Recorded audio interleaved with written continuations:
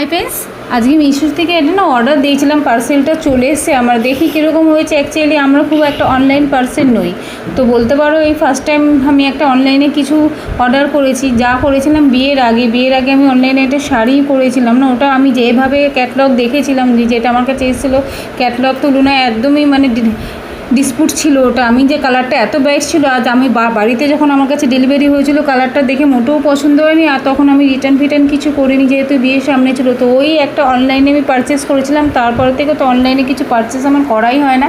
তো আবার সে বহু বছর পর অনলাইনে ফার্স্ট টাইম আমি পারচেস করলাম। যাই হোক, আমার না কিন্তু একটা ব্যাপার ছিল, যেহেতু তখন আমার ওই ডাউটটা রয়েই গেছে। তো আমি একটা অনলাইনে মিশোতে অর্ডার দিয়েছিলাম সিনারিটা, বেশ ভালো লাগছিলো। ভাবছিলাম আমার ওয়ালে এটা সেটিং হবে বলে। তো ওয়েট করেইছিলাম যে কবে আসবে। যাই হোক, ডেলিভারিটা চলে এসে তারপরে যখন খুলে, তো আমি যেরকম দেখেছিলাম